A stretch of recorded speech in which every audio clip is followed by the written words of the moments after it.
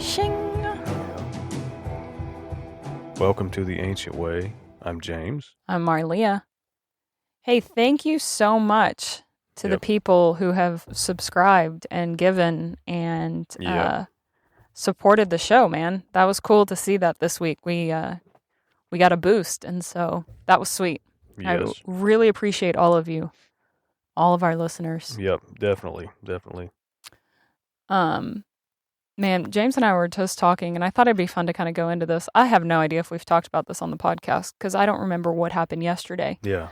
I don't remember what I had for breakfast this morning. But my favorite thing, something that the Lord had told me for this year for my birthday, was stand where the fire has been. Mm-hmm. And I thought that was just such a beautiful, it's a beautiful picture, because once fire has gone somewhere, it can't return.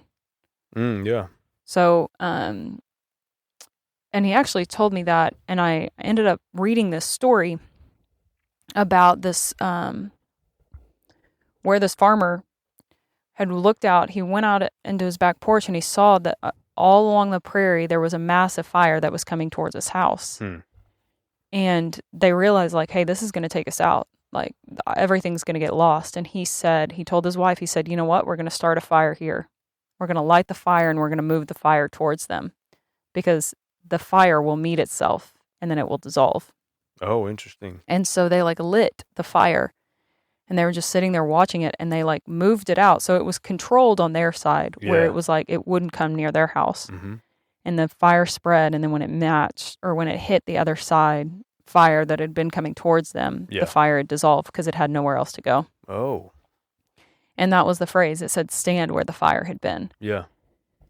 Anyways, to me, it was so profound because it was the thoughts of you have the opportunity to allow the fire to come and consume you. Yeah. You have you can initiate it, if you will. Yeah.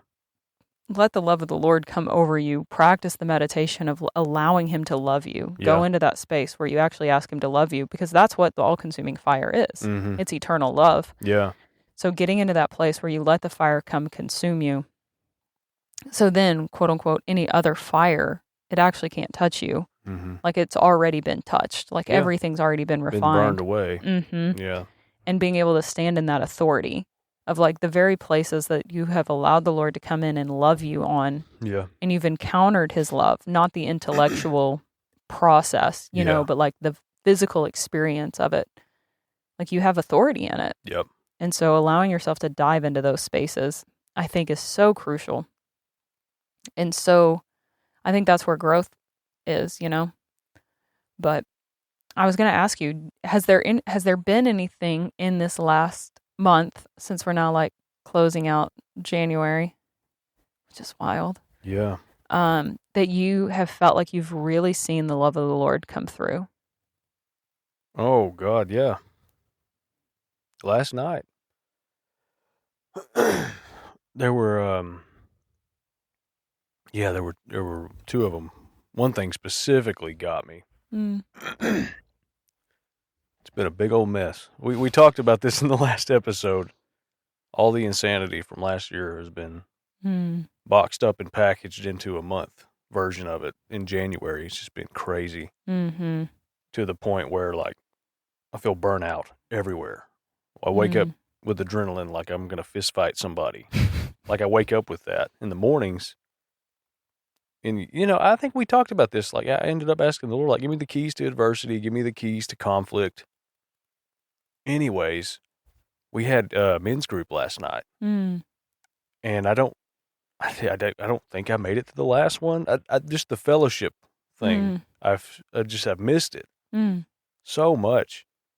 But last night everybody brought a word, that kind of thing. And, I'm just sitting there feeling strung out, and something that Tyler said about broke me in the group. I didn't expect it. It just hit me so hard. He said, I feel like the Lord, wants everybody to know, you're a 10 out of 10.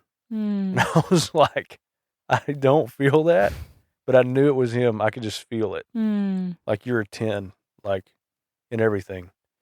And I was for him to say that. Anyways, so that's it. That's the answer. I think to your question. There was another word about like waking up. Like I said, I wake up every morning, feel like I'm fighting. One of the words was, having that feeling of waking up and feeling completely refreshed. Like you had the best night's sleep, like a reset. Like you wake up and it's like that completion feeling. Yeah. And I was like, I'm taking that, I'm taking all that. The 10 out of 10 thing. Oh my God. I'm just now connecting this because I asked you today. Oh, yeah. Oh man. I asked you today what 10 meant to you. Look at this. This was on my speedometer last night. Oh my gosh. 10, 10, 10. Yeah, I've got It's the fulfillment. 101,010 miles, 10, 10, 10 on my car. So that word about smashed. Yeah, dude, that's incredible. Yeah. That's incredible. Yeah. You know, the first time I got, well, because I've told you about my whole thing with 10. Yeah. About the dimes, the 10 piece. Yeah. And that I was like given a red, white, and blue jersey that had the number 10 on it. Yeah. It was like this completion of like to be in freedom. Yeah. It's like, to me, like the 10 out of 10 is like the fulfillment. Like everything's been fulfilled. Like when I looked it up, like within Judas, golly. The book of Judas? The book of Judas, no. In Judaism, that's what they marked it as, like the 10 days, because it was like the 10 plagues. Yep. The 10 commandments. Yeah, yep. Fulfillment, completion. Yeah. It's like the fulfillment and the completion of something like cycles. Yeah. They normally talk about like, it's about cycles. Yep. And it's completing a cycle. But. Yeah, that's cool. Maybe that's what this is too, because there's definitely fire. Maybe it's the completion of. In the fire. Yeah. You know? Yeah. That's so cool. What about you in this past month? You know, there's been so many opportunities that my mind has been given to challenge the love of God. Yeah. To be like, yo, I thought you were for me. Yep. Hey, I thought you had my back. Hey, this doesn't really seem like it's shifting out the way that it should. Yeah. Based on what you told me. Yep. Like, it feels a little contrary to what you said. Yeah. And I know that the other stuff was you. So what does that look like? But I think it's been so great because it's like choosing for me, and the big word for me has been union. Yeah. Like choosing the union, the reality of Jesus above all else. Like it's the covenant. Yep. It's remembering the eternal covenant that we have, and that circumstances are relative and they actually have to be submitted into the covenant. Yeah. And so, you know, if there's drama or people bringing different things up or whatever that looks like. Yeah. It's like nothing's happening to you. Everything's happening for you. Yeah. And it's going to grow you into the fullness of him, you know, and even into the fullness of realizing our union with him, our intimacy with him. Like, because I think that's the war in the mind. Yeah. Is, you know, everybody talks about like the lie of separation, but I think it's more about the truth of union. Yeah. Yeah. It's the truth that you are already in him. Like, you know, I realized I focus a lot of my thoughts are focusing on the negative of stuff. Like, if I keep telling myself, I'm believing the lie of separation, well, it's affirming the fact that I still feel separated. Oh, yeah. But I feel like this has been the shift in stepping into like what love is like, hey, remember that you're in union. Remember that you're in covenant. Remember that I am with you. Yep. Like focus on what is, not on what is not. Yeah. Or, you know, you know how our brains, they can't register like the word not. I didn't know that. Yeah. So like if you were reading something or if you were like chanting something over you, you know what I mean? Saying something over you, but you were like, you know, I am not ugly. Yeah. Your brain doesn't register the not, and all you hear is I'm ugly. Yeah. I'm ugly. I think that's the same way in what we give our focus in instead of affirming what you are. Yeah. Yeah. Yeah. We focus so much on the negative of like, I'm not doing that enough. I'm not. Even when you're trying to affirm yourself, you're still, the negative is attributed in there. Mm-hmm. Yeah. Oh, interesting. Yeah. We're still in the pattern of our thoughts looking at the negative. Okay. It's still the judgment, I think. Yeah. Well, those two phrases that you said a few minutes ago, it's like, it's not what's happening. Nothing happens to us. Mm-hmm. It happens for us. Yeah. Like I'm going to ask myself that. Yeah. Instead of, like, why is this happening to me? Yeah. Why is this happening for me? Yeah. That's a whole nother dynamic.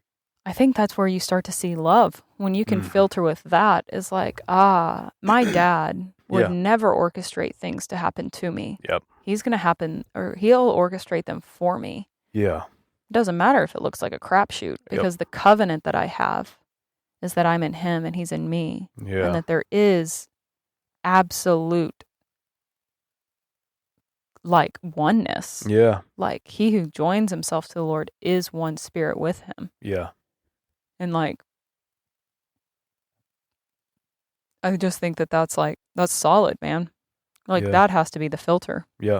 That's good. And there can't be anything else attributed to that. Yep. Like, you don't need anything else. Yeah. But. Yep. Have you had any recent dreams? Anything funsies in that? Funsies? Yeah, probably. Let me look. Let me scourge through my notes. I think I've had some things fulfilled. I've had some dreams fulfilled and some words. For sure. Golly, one of them, I feel them in particular. Let me think. What is this one that I had? Sometimes I'll think about like the things that are going on, and I'll explain. Like I told you earlier, I said I feel like I've been dropped out of a helicopter into a war zone. There's gunfire everywhere, and I have no headquarters to go to. I have no cover fire. It's just like I've been shot a few times, and I've shot a few people, and I'm kind of becoming comfortable and okay in that. But I had a word about that. I said I feel like a gritty cowboy or something right now. Clint Eastwood, yeah, but I had a word about that. And it was, somebody told me that was, oh my God, here it is. A cowboy who knew his mission, and it was as simple as that, ends up being a pioneer of a culture. This is a word that I got a few months ago. Really? Yeah, and it was like, saw you as like the outlaw that nobody people don't really agree with you. He's just kind of like the Lone Ranger, I guess. Which is faith. Yeah. It's seeing something that people can't see and just going for it anyways. Is faith. It's what it feels like. But I've always kind of felt drawn to that. Anyways, the grittiness. Even less like my taste in movies and music. I like the gritty, dark stuff. Yeah. And I like I like war. I think that's interesting. It's almost like, what are the things that cause you to click? Like, what are the things that cause you to come alive? That's probably the very place that your purpose is. It's probably the very thing that you're called to. Yeah. Because I can see that in you. Like the redemption of those gritty spaces. Yeah. Actually making them pure and making them authentic, and to where they have like literal energy that would shift people. Yeah. To make them come alive. And there's something appealing about plunging your hands right into it, right into the mess. Yeah. Get right in the center of it. That's it's like, why not? Drawing for some reason. I feel drawn into that kind of stuff. I don't know. Because you're supposed to. You're supposed to, yeah. That's how you transform culture. That's how you transform people. I had somebody talk to me today, and he was like, how do you think people live with just such deep conviction? He was like, it makes no sense to me. He was like, these religious zealots that are just so die hard. He was like, that doesn't make sense. Yeah. And then they can manipulate people. Yeah. At the tip of a spear or whatever. Right. Because I guess, there was something pretty graphic. I won't go into detail, but something pretty graphic that happened on the mainstream news. Oh, okay. It was like this dude was one of those, like, kind of zealots or whatever. Oh, okay. And he was, like, calling for the assassination of people and stuff. And it's just like... Wow. Yeah. I didn't know. The thing was pretty gruesome. I actually Wow. watched the video today, and I was just like, that... You saw the video of him calling for it? He raised up a decapitated head. Yeah. Oh, okay. Yeah. It was... This is... No, this is here. Really? Oh, yeah. And it was his father. Anyways, it was a thing. Whoa. But this guy was talking to me about it. Yeah. I was like, holy crap. New news to me. But he was like, this doesn't make sense why people can live with such deep conviction. He was like... Can do that. Yeah, and then be able to do that, Wow. And then he was like, this is basically just how jacked up it would be to be committed to anything. Yeah. And I told him, I was like, well, if you think about it, you're committed to one of two things. You can do that out of fear, which is what that guy was pulling on. Yeah. Because you only do those kind of things to evoke fear into people. Oh, yeah.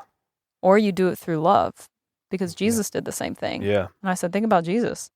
And this dude is not religious. I was like, but if you just look at his life, he actually empowered 12 people to do the exact same thing he did. Yeah. And then 72. Yeah. And then us that are here today. Yeah. I mean, I just went on just that. Yeah. And I was like, dude, he imparted love. And I was like, you got two modes. You either do everything out of love, rooted in love, because love is transferable. Yeah. Or you do it in fear, and fear is transferable. Of course. I was like, those are kind of the only two energies you got to activate people. Yep. It's the inspiration, or it's the... That's it. Fear-mongering. I know it. I don't fully want to go into that story. If anybody gets a wild hair and wants to go look into it, it was on CNN, and... Okay. I mean, all the mainstream news people picked it up, but... Yeah. Interesting. Yeah, he put it on YouTube, and they took it off, but... Oh, okay. Yeah. It's pretty intense. I bet. But anyway, so... It's like... It's very interesting. Yeah. The world that we live in. Yeah. If you think about the... just kind of circling back of just like the mode that people move from, move and live and have your being, like, you getting into the gritty stuff is because you love that stuff. Yeah. Like the inspiration and the motivation is because you're inspired. Yeah. There's no fear attached to it. Yeah. Or you don't avoid something because you're afraid of it. Sure. Yeah. If you're afraid of it, just be courageous. Yeah. Go in it anyways. Which has been interesting just, on my side of things. I don't know if anybody has heard or listened into the conversation where James and I were talking about psychedelics. Ironically, the weeks following of you and I just kind of joking that we were going to dive into that. Yeah. I've had so many psychedelic conversations. Really? So many. That's people funny. Coming out of the woodwork to talk to me about their psychedelic experience. Interesting. Yeah. I mean, because there is research coming out talking about the mad benefits of what it does for people psychologically and being able to help. And all of these conversations have been within the medical arena. Yeah. Like, it's not just like frivolous, we're going to go out and do drugs. It's like, okay, how can this be beneficial to people within this medical arena? Right. And it's been very, very fascinating. Yeah. It is fascinating. But here's the kicker, and I've come to the conclusion. I've asked the Lord. Like, I asked him if he'd give me permission to do that, and he said no. Yeah, interesting. I had somebody that was like, hey, yeah, I'll even do Reiki on you. And they asked, and the Lord said, don't do Reiki on her. Like, literally, like, gave the blocks. Wow, yeah. Which I think is beautiful, because it's like the Lord will protect you on all things. Yep, he will. Well, even asking him. You don't have to be afraid of it. You don't have to be afraid to ask him, yeah. But I asked him for understanding. Yeah. I asked him of like, okay, well, what is the deal with this, with the ketamine deal? Because ketamine's kind of the main thing recently. One? Okay. Ketamine's legal. It is, psychoactive or whatever. But it was beautiful. The Lord told me, everybody's using this to gain peace and clarity. They're searching for me because they don't think they can access it themselves. Yeah. So they're looking for substance. Yep. And he said that it's okay that people are going to have these, but my job is to receive them after. Yeah. So after they've had these experiences, my job is to receive them to help them understand what they just experienced. Yeah. And to actually kind of help guide them that they already have it within them and actually lead them back to the Lord. Yeah. Because here's the kicker about most people who have these psychedelic experiences, they don't integrate. They are shown all these things or these entities. Yep. Not all of them. There's some that you don't actually engage. Come to find out, you don't engage with certain entities when you take certain drugs. Yeah. You go into different dimensions. Yeah. But people don't know how to ground themselves. People don't know how to live here in the present. Yeah. And so they still chase these psychedelics because they're searching for something to feel a different way. Yeah. But the Lord was like, no, you receive them with open arms after they've done this. Yeah. And you teach them how to live my way. Yeah. Yeah. You That's teach good. them, you lead them on the way. Anyway, so that was cool to even get commissioned out of that. The one thing it does is this is totally real. The heavenly dimension realms is totally real. And there you go. Do you know what's crazy? I have sat with several people who have shared their story. Yeah. And I've been able to tell them my experience without psychedelics. Yep. And it mirrors what they had on psychedelics. Yeah, right. I mean, identical. Yep. Like one guy encountered the love of the Father. Yeah. And he was like, I was so immersed and I felt so seen and so safe. And I was like, yeah, dude, I've had the same thing. Yep. Like that's a real reality. It's a real thing. Yeah. Anyways. Well, people talking about, about being transported or like they came out of their body. They came out of their ego. Yeah. Or it's just like everything, all the pain, was just gone. Yeah. It's like that we experience those kind of things too. Yeah. Yeah. And it's like that there are some things that happen in an instant. Yeah. So people who have had like PTSD or whatever, these neurons, they like fire. Uh-huh. And they're firing in such, I'm going to screw this up because I'm not like 100% expert on that. So I'll preface that. Yeah. But what I do know is that the way that the brain fires,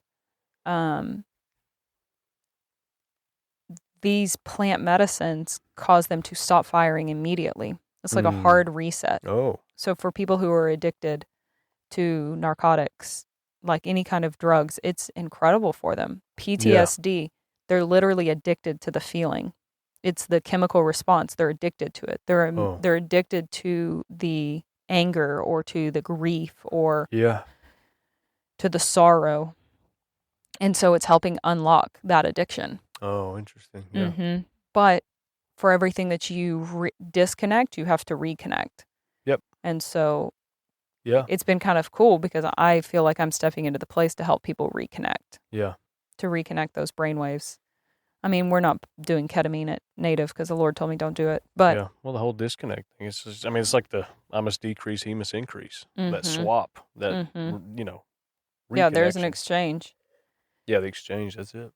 But it's fascinating because I think that even, there are some people who just aren't ready to know, like, hey, that's Jesus. Yeah. Like, I don't know. It's just been interesting. And I know everybody does it. Like, there are some people that just do it recreationally or whatever, and I'm not here for that. Right. Like, I think that's pointless. But there's like compassion and stuff on the people that are either pulled into it or like searching. I totally understand that. Yeah. Because they're just searching for these mystical experiences. Yeah. Or just like, what's the point? Mm-hmm. Well, fun fact, through that, I've now gotten connected to other people who literally do the same thing, but it's just the brainwaves. Because that's actually what the root of it is, actually the brainwave that people get into. Are they in their delta, the alpha, the theta, the beta, or the gamma brainwave? Yeah. Different brainwaves cause you to have different mystical experiences. Yeah. Like legit. That's been measured. Anyways. It's weird, but it's cool. Yeah. I'm fascinated by it. It is fascinating, yeah. There's a guy, his name's Dr. Hart, I believe, like Hardt. And they did all these studies. Now I'm just talking. Sorry, this is my goofball self. Do it. Nerd self. He could tell who had mystical experiences and who didn't just by their brainwaves. Oh, really? He could tell And he would ask people point blank. He'd be like, hey, do you talk to beings who are not there that other people can't see? Yeah. One specific military guy freaked the flip out. Yeah. And was like, how do you know? Yeah. He was like, oh, I see it in your brainwaves. Huh. You access different brainwaves to connect into the spirit realm. Oh, yeah. Huh. It's the same thing. Do they have like visuals to show this? Yeah. The brainwave stuff, like what he's looking at? Yeah. That'd be interesting to look at. You can look at Dr. Joe Dispenza's stuff. You can look at, Dr. Hart has a lot. He does a lot of alpha training, so a lot of alpha brain training, but they also do theta and delta is actually the brain wave that you have to get into if you're going to walk through walls. What? Oh, yeah, dude. Oh, interesting. Yeah, I have found the scientific correlations to what happens in the mystic realm. How do we train ourselves? You practice getting into the delta. So the delta is when you're in your REM cycle. It's the deepest point of your sleep. Oh, okay. It's when you dream. Yep. So you are in a delta wave when you're dreaming. Oh, okay. That's fascinating. How do you get into that when you're awake? You practice it. Okay. You have to start in alpha. So alpha is like, when you're like in your flow state, when you're in the most creative, that's when you're in your alpha wave. Okay. Yeah. So practice staying in that throughout the day. Okay. That's where you start. Well, it's like the... If you're stressed out, typically you're in beta or high beta brainwave. Yeah. And you want to get out of that. Yeah.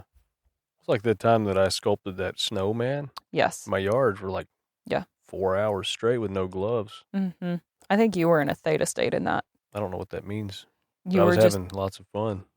I was just lost in it. So theta is when you're like almost waking up, when you're in that halfway awake, halfway asleep state. Okay. That's theta state. That is like in the deepest, like when you're in your deepest flow. Because you were doing snow with your hands. You didn't, like, they weren't even cold. Yeah. Like, didn't matter. Yeah. I think you were more in that. Okay. Cool. Yeah. Something. Mm-hmm. Where do you find the time to learn all this stuff? Seriously. Don't tell anybody. I don't think I sleep. You probably don't. Sorry, that just popped in. I was like, what? I'm like, I want to go listen to this. When do I have time? When do I have time? How do you have time? So here's this book. Jesus, you got a book. Yeah. It literally says, it's by James. Oh, his name's James. That's hilarious. His name's James Hart. But it's The Art of Smart Thinking. Okay. Give yourself a brain lift. Reverse brain aging, enhance creativity, and increase IQ. Wow. But this is all about the alpha state. Yeah. Which is fascinating to me because, oh yeah, here we go. Creativity in the alpha state. I mean, they get into, this is my only issue. I'm going to just vent for 5 seconds. Okay. So much of this is rooted in New Ageism. Yeah. And they pull in like the Kundalini spirit, and they talk about like the 7 chakras, which the chakras are real because you really do have 7 different pools of neurons that go to different centers. That's where you actually have energy. Yeah. Like scientifically, that's actually a real thing. Yeah.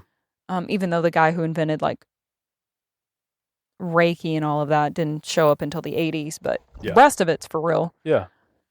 So it's like, it's so like littered throughout. And anyways, but they get into that. Okay. And so those are things like I kind of like throw off because it's just like. Sure. But it is interesting though. Yeah. But you actually can move the energy up your central nervous system through breath work. Yeah. To where you can have this release. Yeah. I did the breath work stuff for a little bit. You did? Well, I just tried it a little bit. You should come. We're going to try and have a thing in February at Native. Anybody else who's listening that wants to come too, hit me up. But we're having a guy come in who does holotropic breath work. Yeah. I've done it before. It's fascinating. Yeah. My hands seized. Yeah. My legs seized. Yep. Could not feel them. Could not feel my legs. Yeah. My face was tingling. Oh yeah, I remember that. That happened to me too. Yeah, but they do it through and he goes through this whole thing, but you have, like, when you're in this state, you like start releasing forgiveness over people. Yeah. Which is a big thing that James Hart gets into. Yeah. It's all about forgiveness. Releasing. Everything is in forgiveness. Yep. Cool. And which I just think is brilliant. Yeah. But it's the forgiveness of self. It's the forgiveness of others. It's the forgiveness of situations. It's, you know. Mass release. Yeah. But I did that with them. And when I did that holotropic breath work, you like put on this mask and you put on headphones, and so it like the music builds while your breath is building. And then some people think it's weird, but you actually have to scream. You have to have the somatic release, the energy out of your body. And I literally saw an emotion come out of my rib cage. Oh, wow. It literally traveled out of my rib cage in my breath. Yeah. Tried to get stuck in my throat. Uh-huh. And then I finally could scream. And then I couldn't stop screaming. Yeah. Wow. Which was bizarre. It is bizarre. But anyway. I didn't scream in mine. I didn't know that was part of the thing. Oh, yeah. Mine was just a little, like, it's on an app. It tells you when to do what and all this stuff. And I did it in a meeting that didn't require me to be there. It was a virtual meeting with like 20 people. And so while they were yapping away. You're over here working on your breath. Yeah. You ever been in class and like it's time to go? Yeah. And then somebody chimes in and asks a question. And then everybody's annoyed. Everybody's like, oh. It was like that kind of meeting. But so I did the breath work. I knew it was coming. But I did the same thing and I felt the face tingle and stuff. And I remember like doing this really big inhale at the end and then a huge exhale after that. And it was like once I blew all the air out, I like just sat there for like 2 minutes straight, not breathing. And I was just like, I could pay attention. I knew what was going on. I had the tingle face. Yeah. Felt like I was at the bottom of a swimming pool. Like whenever you blow all your breath out and you float to the bottom, it was like that. And I just sat there like, oh, I could stay here for probably a really long time. Yeah, dude. Yeah, it was cool. Something to it. And the cool thing about that is it's built in. We use what we are, you know? So you don't have to ingest anything. Yeah, you don't have to. But that's why I like, you know. Yeah, that's this, and I think it's interesting, just the timing of how things come in, because it's almost like this ketamine stuff, because there's a ketamine clinic coming, and but I offered for us to be like the integration place. Yeah. So we teach people how more to get into these brainwaves. Yep. So you don't have to have a psychedelic. Yeah. You can actually just access what's already within you. Yeah. Through breath work, through meditation. Yeah. Through cold plunging, through grounding, through, you know, all the different modalities that we have. Yeah. But. Yep. That's cool. You know, I had two things I wanted to share. Yeah. One was when I walked in here, when I got here today, I felt a really strong, like, freedom. It was weird. Like a creative freedom. Yeah. Collaborative, creative freedom. I felt it when I walked in here, specifically this room, and there was even a smell to it. I was like, what did it smell like? It felt extremely safe, and it smelled like straight up in the middle of summertime. But I could smell like, I don't know. And I walked in, and it was just like, one spot hit me, and I was like, wow. And I felt like I could sit here all day long, safely, and like, I want to make something. It was just a few minutes in there, and then it left. But it was there. Kat told me, we had a meeting the other day. She's helping me with a website. Helping me with, like, she's doing it. I'm not doing anything. Gosh. She dropped a bomb on me, like, we were talking about being overwhelmed and busy and not having time. It's like not even having things to cut, really. And she was like, she said something like or she said what I do or what she was told or something at some point was, if you can't cut anything out, add something that brings you joy. Yeah. I was like, okay. Well, I started writing. That night I stayed up. And instead of just like go sit down and do nothing. Yeah.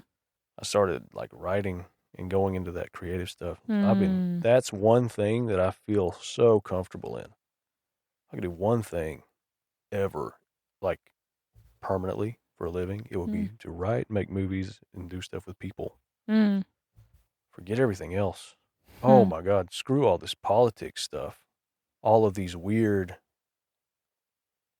waste of time. And I'm even like, even like having to sign all these contracts to protect yourself from other people. Mm-hmm. All of the... It's bizarre, isn't it? Yes, all of these safeguards that we have to put in place. And everybody's like, well, you just have to do that. That's the world we live in. It's not supposed to be. Mm-mm. All that stuff. Anyway, it was the absence of all those things.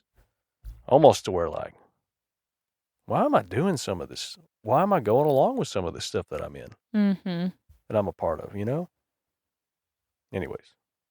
But that creative stuff felt so good. And I'm trying to be intentional about that. Yeah. I made a little declaration to myself. Put it on your schedule. Put it on my schedule. Do it. Yeah. It means everything. Dude, Kat kept dropping those bombs on me too. She was like... just drops them all the time. She does. And then she just says it in passing and then just keeps going. And you're like, hold on, rewind. Yeah. But she told me that too. She was like, yo, you can't take any of these stressors out. You got a lot going on. Yeah. You got to put in things that bring you joy. Yeah. You have to. Yeah, that's what she said. She said it so chill. She's like, just add something that brings you joy. Yeah. Just went on like, all right, about this website. And I'm like, wait a minute. Yeah. And literally, I've had to tell her, hold on, dude, bro. Yeah. Go back. What was that? No. Yeah. I was talking to her on the phone the other day, and we were sitting. Listen, I love that. I swear, she's one of my... She's just dope, dude. I know it. But we start getting in... I don't know how it goes there. We're talking about business, because she is also... I don't know if she wants me to say this or not, but whatever. She's a very busy person. That's one of her quotes, too. Well, she's... Busy people do... She's actually part owner of this other company that we have, but she was like, I don't like to tell people I'm a business owner, but sorry, Kat. I'm telling a lot of people now. But she's actually on board with us. Cool. And so we were talking about business stuff and just trying to iron stuff out. Yep. And then all of a sudden, we just start going into... I was like, I was reading the other day, and we just start going through Isaiah 43 together. Yeah. And we're just sitting there talking through it. And... Have you read Isaiah 43 lately? Not lately. It's just freaking epic, Love dude. Isaiah, though. Get you friends that you just are talking about business and trying to get things done, and then all of a sudden you start talking about God. Yeah. And then you just start reading scripture together. That was just so... Yeah, it's great. Just freaking dope. But he literally says in Isaiah 43, because I told her, I was like, this was mind-blowing for me. He says, even I, am he who blots out your transgressions for my own sake. Put me in remembrance. Let us contend together. State your case that you may be acquitted. Wow. And I was just like, this blew my mind. And she was like, well, tell me why. State your case that you may be acquitted. It's like, tell me what it is so I can clear you of it. Literally. Holy crap. Think about when Jesus tells you to go and agree with the adversary quickly. Yeah. Go, like, if a brother has brought a case against you, go agree with him. Lest something, Yeah. Like, I can't remember exactly where that one is that Jesus said that. But yeah. Do you know what's crazy? I was just listening. Shout out to Mike Parsons. Yeah. I was just listening to him earlier that morning. And he said, do you know what I do with accusation? He said, I will take accusation and I will agree with the accusation. And I'll say, okay. Yeah. And then I will go stand before the Lord and I will state my case. Oh, man. And I will ask the Lord for what his judgment is on the situation. Yep. And he goes, and the Lord's verdict is I'm not guilty. Yeah. Wow. So I can agree with any accusation. Yep. And that's scriptural. Literally. What you just read. It was like confirmation. Wow. It's like, let us contend together, dude. That's the union. What an epic invitation there. Mm-hmm. Yeah. And then state your case that you may be acquitted. Yeah. Like, let us fight together. I freaking love that. Yeah, dude. Yeah, state your case. Not state your case so that I can determine whether or not you are. It's like, so I can clear you of it. Yeah, I want you to be rendered not guilty. Yeah. Take my judgment. You can know it and feel it and get it from me. Yeah, it's like, no, you're good. Mm-hmm. Oof. Yeah. That's what that word Tyler had last night felt like. Like you're a 10 out of 10. That's what that felt like. Yeah. Yeah. Yeah, like, hey, you are acquitted, dude. Yeah. You're off the hook. Yep. I tell you what, if that's not the biggest thing that I feel like can be fully integrated within people to make it a part of them, is that they are off the hook. Yep. They're not guilty. Yep. There's no guilt. There's no judgment on them. Yeah. There's no law. Yeah. That can actually be held against you. People could square that away with him. Yeah. Yeah. To know that in his eyes. That'll open up your whole life. Yeah. Yep. And it doesn't matter. It doesn't matter what people are saying about you. Nope. It doesn't matter the judgments or opinions that other people have. That's, one of the things that for me, just the trap that I would fall into was, well, these spiritual advisors know better. Oh, yeah. These spiritual authorities know better than me. Mm. And I think it's the biggest trap. Yeah, it is. Because you know you with the Lord. And you with the Lord is above all else. Call no man your father. Uh-huh. Yeah. Yeah, like you're not subject. Nope. You're just not. Yeah, that's right. Yeah, that's one thing he's been telling me. That's one thing I've been telling people too. He's like, you are what you are. Mm-hmm. The titles don't matter. What people say don't matter. Like, if you know who he made you to be and what you are, like, you already are that. Yep. You just got to agree with that. Yeah. Be confident in it. And just be. Mm-hmm. The world will line up with that. Everything will lay in its place and bend to that. The world bends to us living in our purpose and our destiny. Mm-hmm. It does, and it's in ways that don't make sense. Yeah. Yeah. But that's what it was created Comes into for. Agreement. Yep, that's it. It was created to be in subjection to our feet. That's what it is. It was created to be, to me, I see it as like, when Jesus, or, in the garden, they were given the mandate to go and subdue the earth. Yeah. It's like, well, of course we were given that mission to be, because that's how other things fall in order. Yeah. By us being who we are, we actually subject the rest of the earth into order. Yep. Yeah. Into what it was created to be. Yeah. I mean, we don't have to go Hyundai Shundai about it. We just get to show up. Yeah, that's right. It's cool. Yeah. But there's power in it. Yeah, there is. All right. Amen.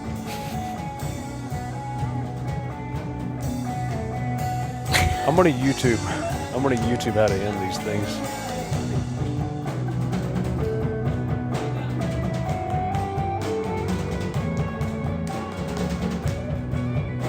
If you enjoyed this episode of the Ancient Way podcast, drop us a like, share with your friends, share with your family.